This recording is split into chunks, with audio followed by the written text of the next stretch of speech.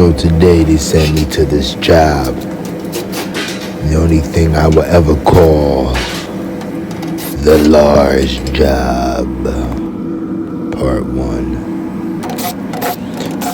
So they sent me to this job because I did an overhaul in the past. And when I did the overhaul, I noticed there was a couple canisters that were blown, causing the boiler to have a rough startup.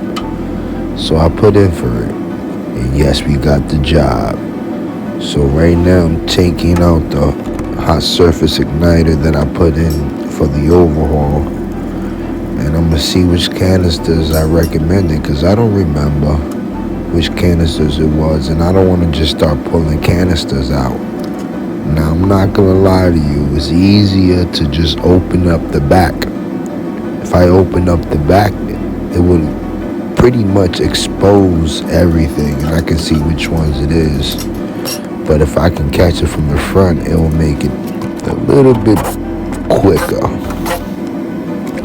So I didn't see anything on that side, so I figured let me open up this side and see what's going on in here. I have my camera, so I use my little camera to go inside the ignition, igniter, hole, whatever you want to call it. And I used that to pretty much surf around. And then as I was surfing around, I kind of noticed which one it was, and boom, this is the one. So I removed the cover of that, and now I'm starting to remove the canister. Now this thing ain't easy. Sometimes they'll be blown apart where you can't pull out, but this one I could easily just slide out. Just give it a couple wiggles here and there, and it pretty much will come out. But you know, you gotta deal with all that squeakiness and stuff like that. I'm using the screwdriver 6-in-1 to tap in on that size, because you know sometimes it's cool to crush it. So now I'm taking the wrench to try to crush it, to get it loose.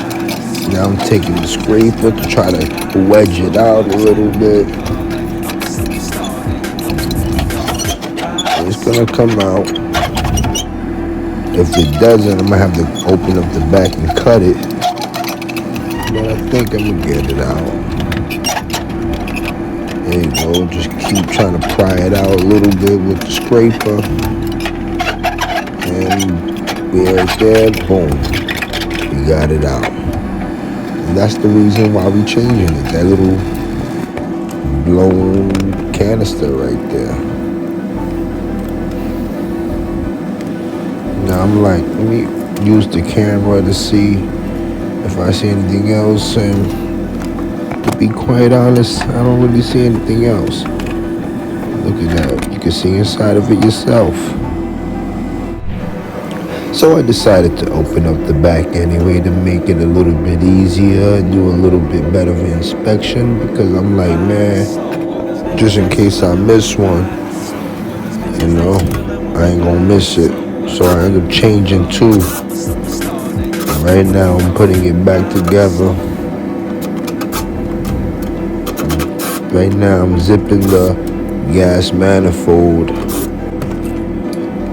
There goes the other one right there. Zip, zip, and then throw that into place. That thing takes 4 screws. Zip, zip, zip, zip. After I zip those things up, I tie in the union. Luckily there's unions. There be unions on the bottom, but in this case they're right next to the gas valve. Stay tuned for part 2.